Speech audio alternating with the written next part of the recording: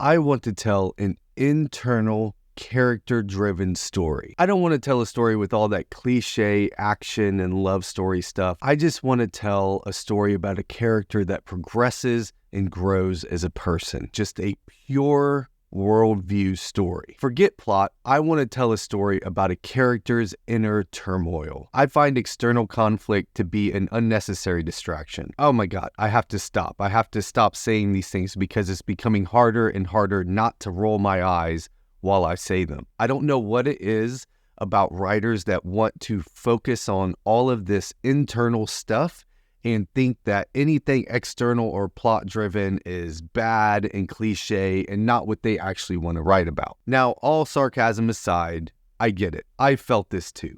I want to take the stuff that has happened to me internally and the turmoil and angst I feel as a person, and I want to write stories about that and put that on the page and not have all of this other stuff that I feel like I have to jam in the story just to make it marketable or interesting or readable, right? Like I want to tell something that is internally driven. Unfortunately, this is not how writing works. This is not how storytelling works. This isn't even how life works.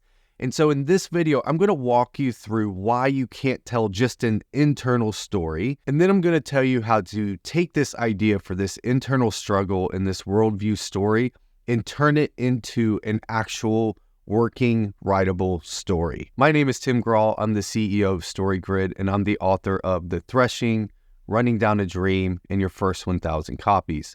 My partner, Sean Coyne, is the creator and founder of StoryGrid, and everything that we teach here at StoryGrid is based on his extensive experience over 30 years of writing and editing. So why can't we tell our purely internal worldview story? Well, the main reason is that's not how life actually works. The external is what drives the internal. We change our minds, we change our worldview, we change the frame that we see the world through because something isn't working in our life. We're not just sitting around, everything's going perfectly, and we're like, I need to completely change the way I see the world. The reason we change the way we see the world is because the way we see the world isn't working anymore, and something external is clashing into it. Think about this. In your own life, if you think back through the times where you've had the big existential crisis, you've had to change the way you see the world, your worldview frame completely shatters, and you have to rebuild it.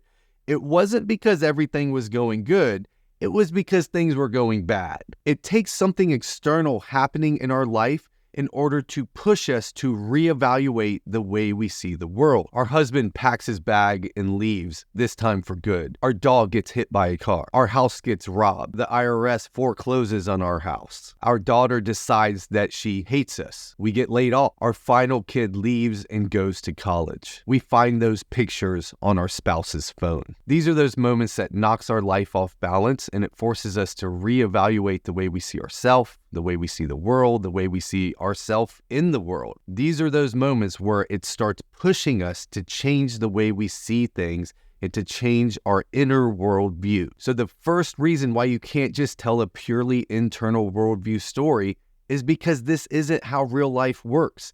The external must drive the internal. The second reason why a pure inner story doesn't work is because it forces you to tell instead of show, which we all know is not what we need to be doing in our writing. So I've been married for 21 years. I've been with my wife for 24 years. And still, even with knowing her that well, I can't crack open her skull and know exactly what she's thinking and what she's feeling. What I have to do is watch her actions, listen to what she says, and then I infer what she feels and what she thinks. I'm still guessing.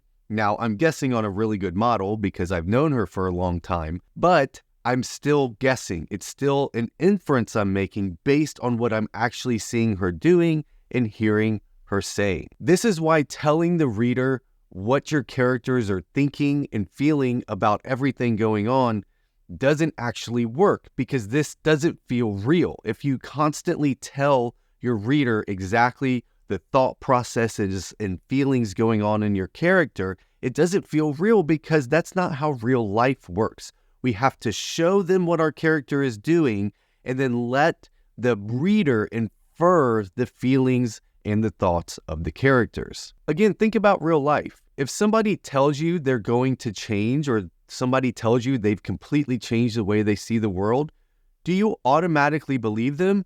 Or do you wait to see what they actually do out in the world? You wait to see their actions. Have they actually changed? Because it doesn't really matter what they say, it matters what they do. This is the same thing in writing. So if you start writing a story where you're constantly telling the reader what the characters are thinking and what they're feeling, and then how they're thinking and feeling differently, it's going to cause two problems. First, it's going to confuse the reader because this isn't how real life works, and so the whole story won't feel real. It's also going to be frustrating because the reader won't actually believe you because they want to see what the character is doing as a result of changing their mind, not just saying that the character changed their mind. So it's much better to just show the character acting different because their mind has changed than just trying to tell the reader what's going on in your characters' heads. So I'm making the case here that you can't tell a purely internal, worldview-driven story. Now I want to stop here and say this is what I'm not saying. Here's 3 things that I'm not saying. The first thing I'm not saying is that you have to have some kind of nuclear bomb threat or swooning love story in order to write a good book. Obviously, this isn't true. There's lots of great books out there that don't have these big plot devices in them. There's lots of great books that do, but there's also lots of great books that don't. So I'm not saying you have to have these huge kind of common plot devices to make and write a good book. The second thing I'm not saying is that you can't have an internal shift or worldview story.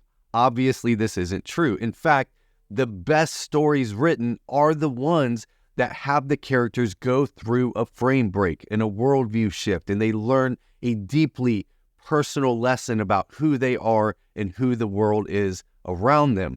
So of course, you have to have internal conflict. You have to have worldview shifts. I'm saying you can't write a book that's purely that and nothing else. Because again, these internal shifts in your book have to be driven by external events happening to them. And here's the third thing I'm not saying. I'm not saying that you can't have a heavy emphasis on the internal stories of your characters. There's lots of great books that do this. Books like Eleanor Oliphant is Completely Fine by Gail Honeyman, or The Catcher in the Rye by J.D. Salinger, or 100 Years of Solitude by Gabriel Garcia Marquez, or A Man Called Ove by Frederick Backman. All of these stories have a heavy focus on the internal changes and the internal turmoil in the characters, and yet they're all driven by external circumstances happening in the character's life, and we're still just watching what we can see and hear with our senses more than just explaining to us the thought processes and feelings of the characters. We want to see what they're doing as a result of their thoughts and feelings. We don't want to just hear about their thoughts and feelings. And here's the really cool part about this whole internal worldview shift of your story. As long as you, the writer, know what the worldview shift is, that internal conflict, that arc that you want your characters to go through, as long as you have that in your head, and then you focus on telling a very externally driven story of what the reader can sense with all of their 5 senses and make it really, really interesting, all of that internal worldview conflict gets in your story automatically. I'm telling you, focus on telling a great, interesting, compelling external story, and you're going to automatically get those internal worldview shifts into your characters as well. We've seen this showing up over and over and over. Now, I have a whole video that goes deep into the showing, not telling, and all the different ways you have to show instead of tell, and make sure the thoughts and feelings aren't on the page that much. I have a whole video about that. It's down in the description. You're going to want to go watch that. But the main thing here is I get why you want to tell an internally driven worldview story about inner turmoil, existential angst, and all of those things. I've had all of those things, and they feel really, really dramatic. I left a religion in my 30s that I had believed for my entire life, and internally, it was the most dramatic, craziest thing I had ever gone through. The problem is, if you were just watching me, if you turned down all of the sound and just watched me go through it, it was really boring. It was mostly me reading books, journaling, having conversations with friends at coffee shops. So internally, it was the most dramatic thing I'd ever gone through. And externally, it was really, really boring. So what I think we're trying to do as writers here when we want to tell an internally driven story is we want to show how dramatic these things really were. And the way to do that is to build a really interesting external story that shows all of the drama that we felt. And that is how you're going to get those great worldview internal stories across to the reader and actually change the way they see themselves and the world around them. So again, I have a great video about showing versus telling down in the description. I've also got one down there talking about how to find the theme of your story and several other great resources. So make sure you dive into those as well. And of course, make sure you like this video, subscribe to the channel, hit the bell so you get all the future videos we come out with here on our StoryGrid channel. Also, we have lots of great resources available at storygrid.com. Go there, sign up for the newsletter. That's where you get updated on everything that we're doing at StoryGrid. But either way, thanks so much for being a writer. Thanks for being a part of our community here at StoryGrid, and I'll see you next time.